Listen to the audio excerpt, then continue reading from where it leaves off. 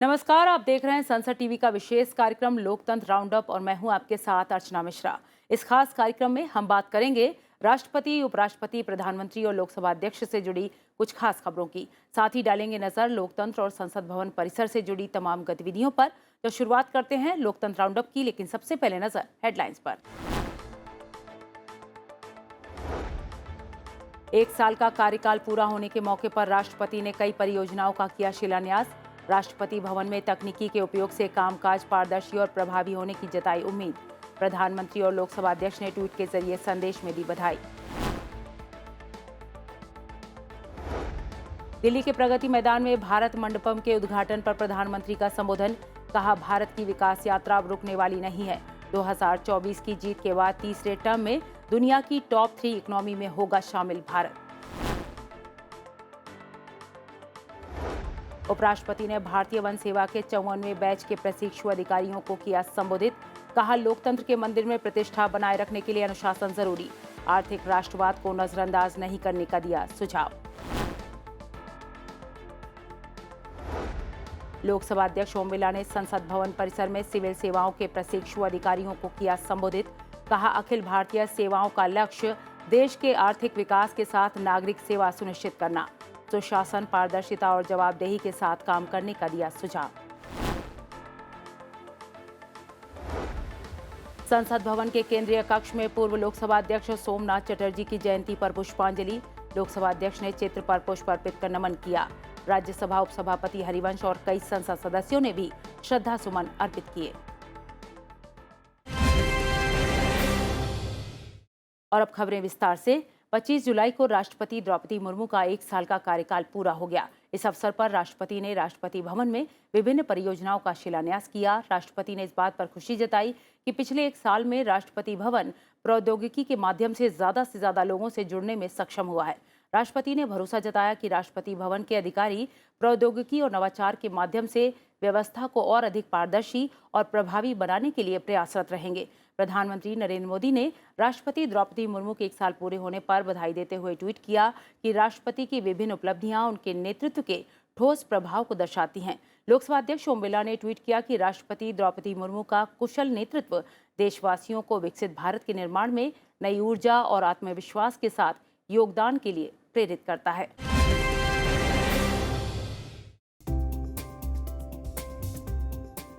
राष्ट्रपति द्रौपदी मुर्मू ने इस बात पर खुशी जताई कि उनके 1 वर्ष के कार्यकाल की अवधि में राष्ट्रपति भवन प्रौद्योगिकी के माध्यम से ज्यादा लोगों को जोड़ने में सफल रहा। उन्होंने भरोसा जताया कि राष्ट्रपति भवन के अधिकारी प्रौद्योगिकी और नवाचार के माध्यम से व्यवस्था को अधिक पारदर्शी और प्रभावी बनाने के लिए प्रयासरत रहेंगे।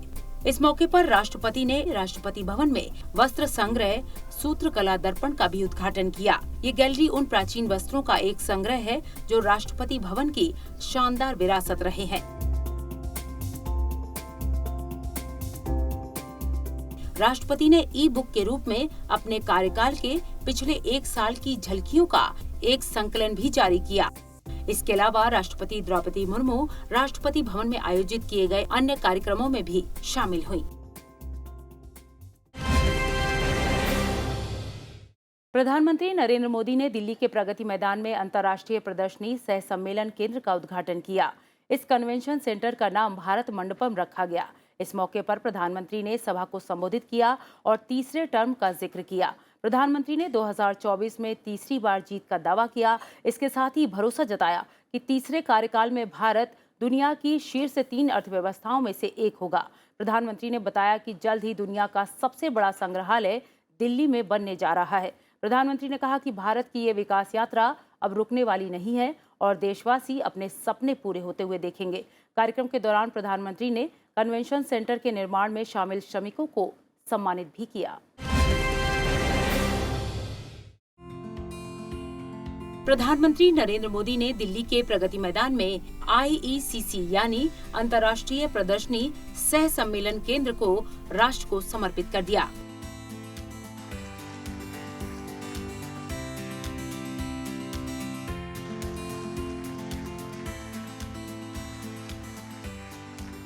इस अवसर पर स्मारक टिकट और सिक्के भी जारी किए गए।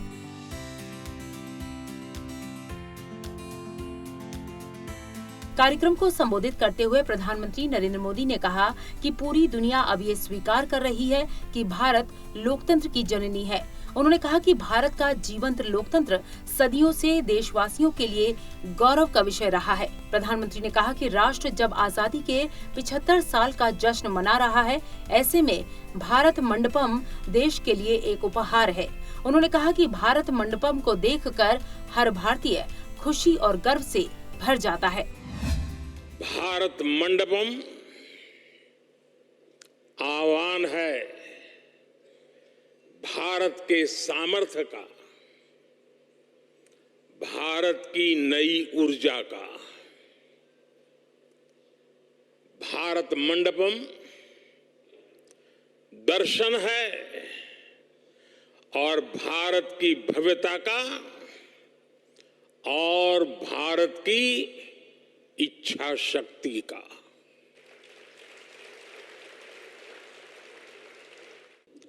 आज जब हम आजादी के 75 वर्ष होने पर अमृत महोत्सव मना रहे हैं,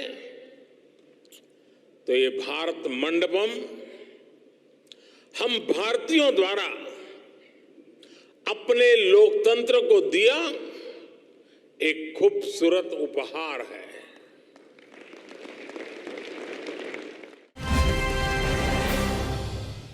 उपराष्ट्रपति जगदीप धनखड़ ने भारतीय वन सेवा के 54वें बैच के प्रशिक्षु अधिकारियों को संबोधित किया। कार्यक्रम को संबोधित करते हुए उपराष्ट्रपति ने कहा कि लोकतंत्र के मंदिर की प्रतिष्ठा बनाए रखने के लिए अनुशासन जरूरी है। अनुशासन के बिना संस्थाओं का क्षय होने लगता है और अनुशासन बनाए रखने के लिए कभी कभी कठोर कदम भी उठाने पड़ते हैं। आर्थिक राष्ट्रवाद का जिक्र करते हुए उपराष्ट्रपति ने कहा कि थोड़े से लाभ के लिए उपभोक्ताओं और व्यापारियों को विदेशी सामान को प्राथमिकता देना सही नहीं। हम आर्थिक राष्ट्रवाद को नजरअंदाज नहीं कर सकते क्योंकि देश की आर्थिक प्रगति इस पर भी निर्भर करेगी। मौलिक दायित्वों पर जोर देते हुए उपराष्ट्रपति ने भारतीय वन सेवा के प्रशिक्षु अधिकारियों से कहा कि कानून अपना काम कर रहा है, लेकिन कुछ लोग कानून से बचने के लिए सड़क पर प्रदर्शन करते हैं, जिसका विरोध होना चाहिए।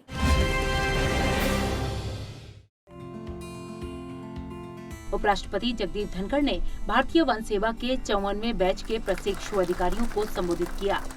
आर्थिक राष्ट्रवाद का जिक्र करते हुए उपराष्ट्रपति ने कहा कि थोड़े से लाभ के लिए उपभोक्ताओं और व्यापारियों द्वारा विदेशी सामान को प्राथमिकता देना सही नहीं। उन्होंने कहा कि आर्थिक राष्ट्रवाद को नजरअंदाज नहीं किया जा सकता। देश की आर्थिक प्रगति इस पर निर्भर करती है। उपराष्ट्रपति ने कहा कि सभी को भारत की गौरवशाली ऐतिहासिक उपलब्धियों पर गर्व होना चाहिए। You cannot imagine the kind of happiness your family members got when you joined this service. Each one of you, heard it from me, would have found another profession, another occupation, and chances are that you would have made much more money. But the kind of glory, the kind of satisfaction which you will get by being public servants of this stature in our democracy is a rare opportunity. That satisfaction and happiness will always gallop you to achieve higher and higher for yourself and for the nation. उपराष्ट्रपति ने अधिकारियों से कहा कि भारतीय one सेवा के अधिकारी के रूप में उन्हें वन और वन में रहने वाले मनुष्यों और प्राणियों की सेवा करने का अवसर मिलेगा। उपराष्ट्रपति ने प्रशिक्षु अधिकारियों से अपेक्षा की कि वे वन में रहने वाले समुदायों से संवेदनशीलता से पेश आएंगे। If you start loving the service to which you belong, you have a passion for performance, you have dedication for a mission, you will make a difference. And fortunately, yours is a service. You will have opportunity to serve humanity by making a difference in the lives of those who are close to forests, who are in the forest. And I'm speaking not only about mankind, but living beings. So you will have such a direct connect with the environment, direct connect with ground reality. And this opportunity has come to you. I am sure you will make most of it. कार्यक्रम के दौरान one एवं पर्यावरण मंत्रालय, राज्यसभा सचिवालय और उपराष्ट्रपति सचिवालय के वरिष्ठ अधिकारी भी मौजूद थे। बढ़ते आगे, संसद भवन परिसर में संसदीय शोध एवं प्रशिक्षण संस्थान की ओर से विभिन्न सिविल सेवाओं के प्रशिक्षु अधिकारियों के लिए प्रबोधन कार्यक्रम का आयोजन किया गया। लोकसभा अध्यक्ष ओम बिरला ने कार्यक्रम को संबोधित किया। इस अवसर पर लोकसभा अध्यक्ष ने कहा कि अखिल भारतीय सेवाओं का लक्ष्य देश के आर्थिक विकास के साथ साथ नागरिक सेवा सुनिश्चित करना है। उन्होंने कहा कि जन केंद्रित शासन व्यवस्था में टेक्नोलॉजी की महत्वपूर्ण भूमिका है, जिससे कि जनता की समस्याओं का समाधान निकाला जा सके। सुशासन, पारदर्शिता और जनता के प्रति जवाबदेही पर जोर देते हुए लोकसभा अध्यक्ष ने अधिकारियों से कहा कि वे राष्ट्र के प्रति समर्पण, सेवा के भाव से काम करें। इसके साथ ही सुझाव दिया कि संसद में जुड़ी हुई जानकारी का ज्यादा से ज्यादा अध्ययन करें, जिससे कि जितना अध्ययन करेंगे उतने ही जागरूक बनेंगे। लोकसभा अध्यक्ष ने संसद भवन परिसर में भारतीय वन सेवा, भारतीय सूचना सेवा और भारतीय कॉर्पोरेट विधि सेवा के प्रशिक्षु अधिकारियों के लिए आयोजित प्रबोधन कार्यक्रम को संबोधित किया। कार्यक्रम को संबोधित करते हुए लोकसभा अध्यक्ष ने कहा कि अखिल भारतीय सेवाओं का लक्ष्य देश के आर्थिक विकास के साथ साथ नागरिक सेवा सुनिश्चित करना है।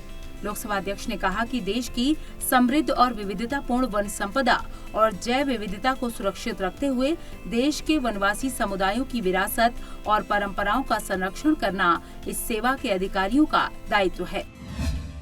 आप सब लोग एक चुनौतीपूर्ण परीक्षा में उत्तीर्ण होकर देश और राष्ट्र की सेवा के लिए इस सेवा में आए हैं। इन तीनों सेवाओं का इस देश के अंदर बहुत बड़ा योगदान रहा है और इन सेवाओं के माध्यम से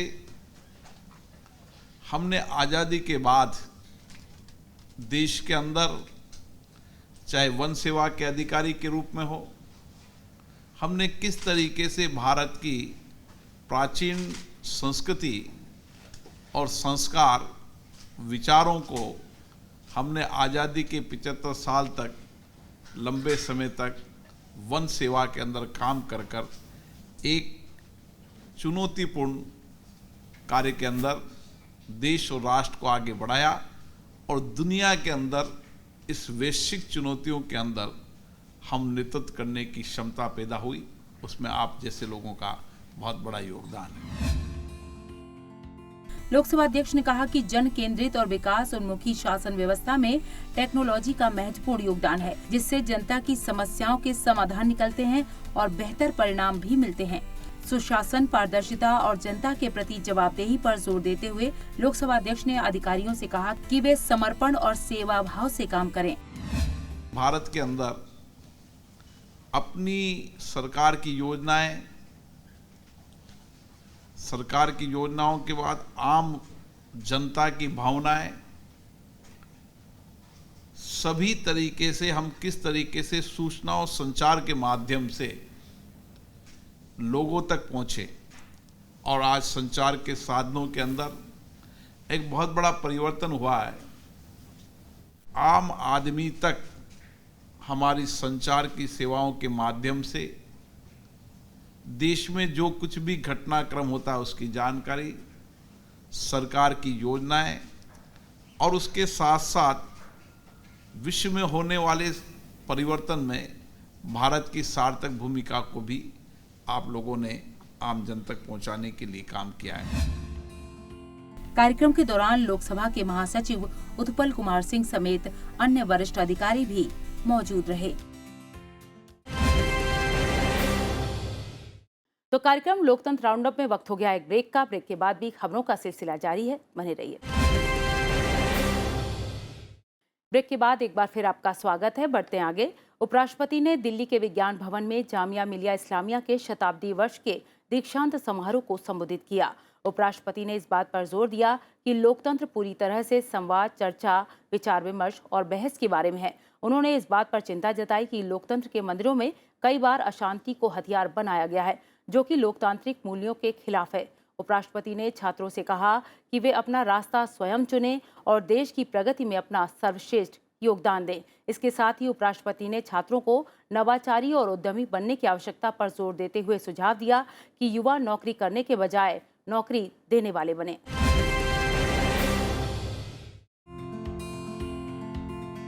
उपराष्ट्रपति ने जामिया मिलिया इस्लामिया के शताब्दी वर्ष के दीक्षांत समारोह को संबोधित किया।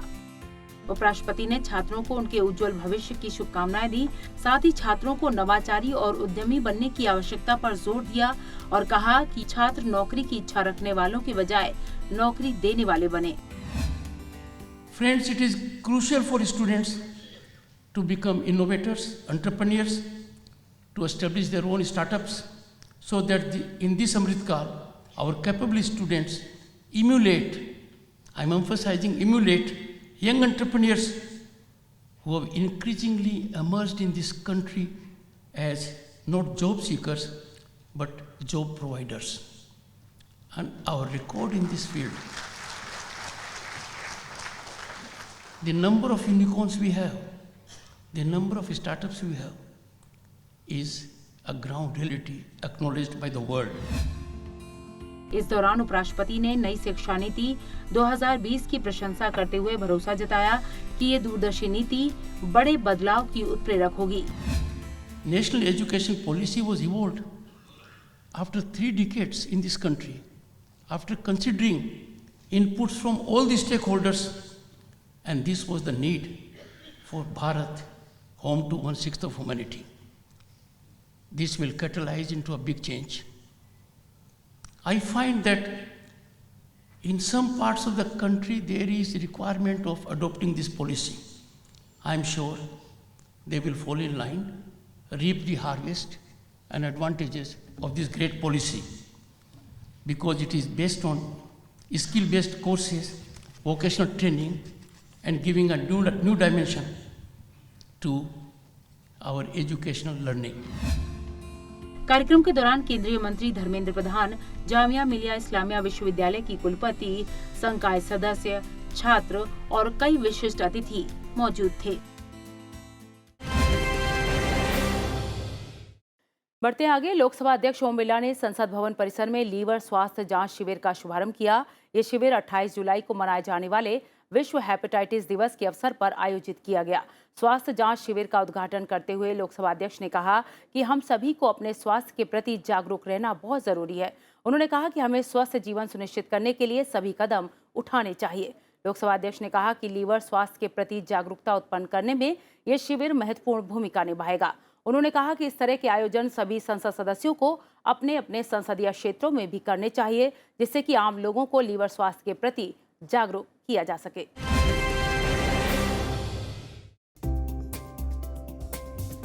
लोकसभा अध्यक्ष ओम बिरला ने संसद भवन परिसर में लीवर स्वास्थ्य जांच शिविर का उद्घाटन किया। स्वास्थ्य शिविर का उद्घाटन करते हुए लोकसभा अध्यक्ष ने कहा कि हम सभी को अपने स्वास्थ्य के प्रति जागरूक रहना बहुत जरूरी है। उन्होंने कहा कि हमें स्वस्थ जीवन सुनिश्चित करने के लिए सभी कदम उठाने चाहिए। लोकसभा अध्यक्ष ने कहा कि स्वस्थ व्यक्ति ही एक स्वस्थ समाज का निर्माण कर सकता है। इस मौके पर लोकसभा अध्यक्ष ने संसद सदस्यों से स्वस्थ लीवर की आवश्यकता के बारे में अपने अपने निर्वाचन क्षेत्रों में लोगों के बीच जागरूकता फैलाने को कहा। शिविर का आयोजन विश्व हेपेटाइटिस दिवस के संदर्भ में लीवर के स्वास्थ्य पर जागरूकता फैलाने के उद्देश्य से किया गया। संसद भवन के केंद्रीय कक्ष में लोकसभा के पूर्व अध्यक्ष सोमनाथ चटर्जी को उनकी जयंती पर पुष्पांजलि अर्पित की गई। लोकसभा अध्यक्ष ओम बिरला ने उनके चित्र पर भावपूर्ण श्रद्धा सुमन अर्पित किए। इस मौके पर राज्यसभा के उपसभापति हरिवंश और संसद सदस्यों ने भी पूर्व लोकसभा अध्यक्ष सोमनाथ चटर्जी को पुष्प अर्पित कर याद किया।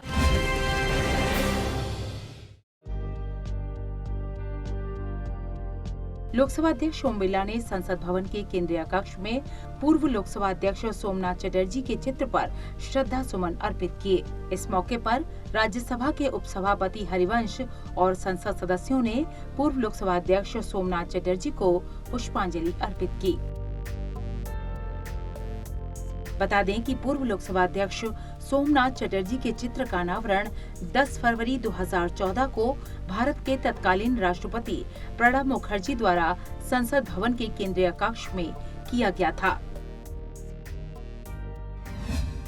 लोकसभा अध्यक्ष ओम बिरला ने ट्वीट के जरिए संदेश में कहा कि पूर्व लोकसभा अध्यक्ष सोमनाथ चटर्जी ने सदन के संचालन में गरिमा, मर्यादा और अनुशासन के नए मानक स्थापित किए थे और उनका नाम हमेशा हमारा मार्गदर्शन करता रहेगा। बढ़ते अगली खबर की ओर। लोकसभा अध्यक्ष ओम बिरला ने लोकमान्य बाल गंगाधर तिलक की जयंती पर संसद भवन के केंद्रीय कक्ष में पुष्पांजलि अर्पित की। राज्यसभा के उपसभापति हरिवंश और संसद सदस्यों ने भी लोकमान्य बाल गंगाधर तिलक के चित्र पर श्रद्धासुमन अर्पित किए। इस मौके पर लोकसभा के महासचिव उत्पल कुमार सिंह और राज्यसभा के महासचिव पीसी मोदी भी मौजूद थे।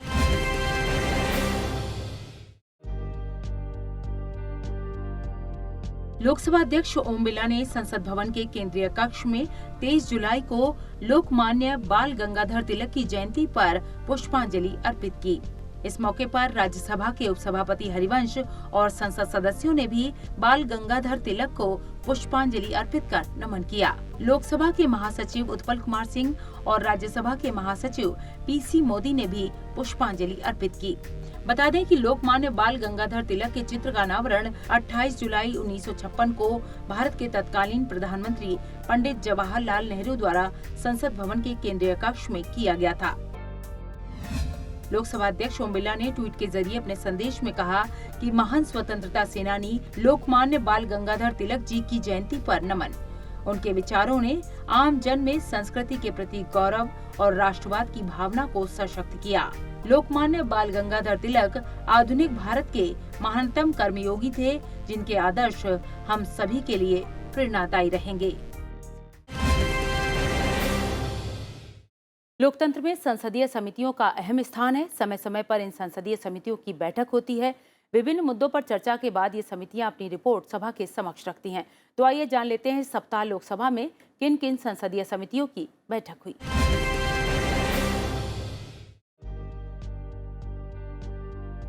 लोकसभा में संसदीय समितियों की बैठकों पर नजर डालें तो 21 जुलाई 2023 को महिलाओं को शक्तियां प्रदान करने संबंधी समिति की बैठक हुई।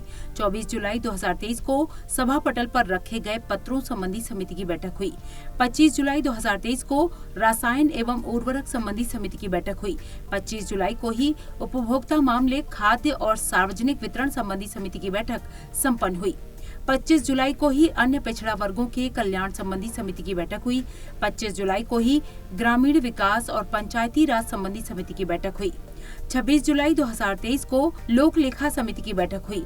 प्राक्कलन समिति की बैठक भी 26 जुलाई को हुई। 26 जुलाई को ही उपभोक्ता मामले, खाद्य और सार्वजनिक वितरण संबंधी समिति की बैठक संपन्न हुई। 26 जुलाई को ही सरकारी उपक्रमों संबंधी समिति की बैठक हुई। 26 जुलाई को ही अनुसूचित जातियों और अनुसूचित जनजातियों के कल्याण संबंधी समिति की बैठक हुई। 27 जुलाई 2023 को ग्रंथालय संबंधी समिति की बैठक हुई। 27 जुलाई को ही वित्त संबंधी समिति की बैठक हुई।